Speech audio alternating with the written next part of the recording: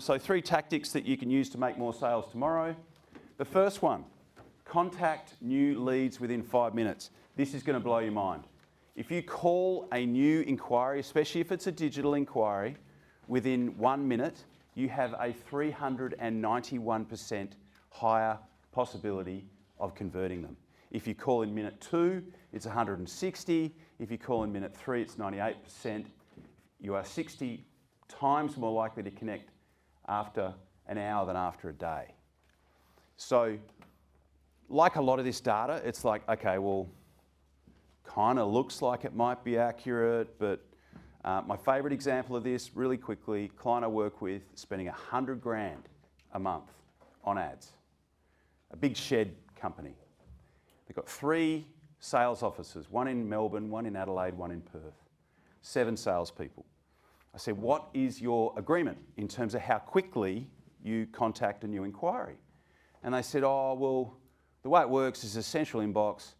Any of the 7 salespeople can go in there and just pick whatever lead they want to ring, and they just ring it. And I go, okay, well, you didn't really answer my question. Like, what's the policy in terms of how quickly you're meant to get back to leads? And he said, well, some of them might be a week, might be a week and a half. And I'm like, how much are you spending a month on ads again? Like 100 grand, right? So we put this thing in place where there would be someone responsible for calling every single lead immediately upon the lead coming into the system. Their connection rate went from 3 out of 10 to 8 out of 10. So if you can think about how significant that is, right?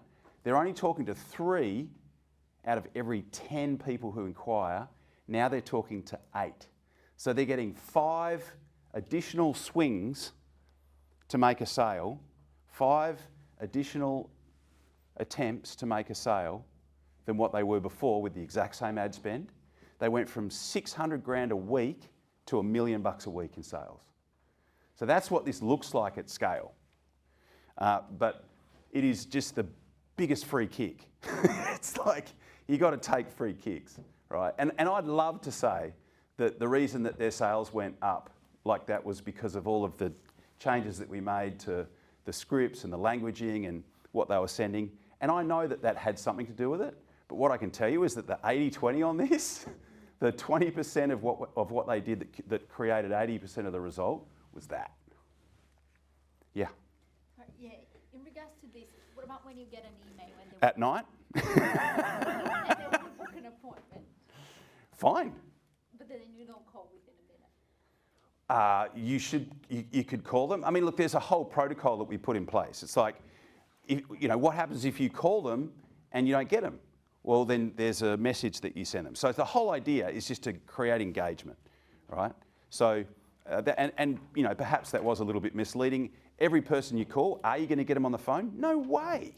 But if you have a message protocol, either text or email, to create engagement with that person, again, you are so much further ahead than if you leave it for a week or 4 days or whenever anyone gets to it.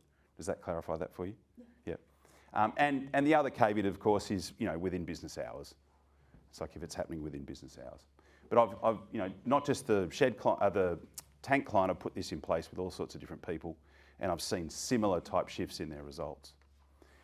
So that's a free kick. If they don't answer, send them a message.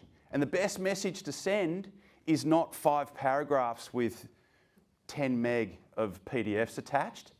The best message to send is an either or question. So I've, again, changed the maths with, real estate client. Have you invested in real estate before, or is this your first time? Client that sells a diploma in share trading. Have you traded before, or is this your first time? The whole purpose of that is to create engagement. They didn't answer the phone, so the best next thing to do is to create engagement with them, get them going backwards and forward, and then you can move it to an actual appointment or a conversation. So there's an example. Your inquiry came through this morning. Have you worked with whatever you do before, or is this your first time? Easy to answer question, especially on a phone. So I told you the water tank example, the 3 whys. So in your qualification call, so this is once you've actually got them on the phone, we want to qualify them, but we also want to disqualify them. Because often what we end up doing is putting a proposal together for somebody that was never going to buy. And in most cases, the reason that they're not going to buy is that they're comparing us in a commoditised way to the 2 other people that they rang, because you've got to get 3 quotes.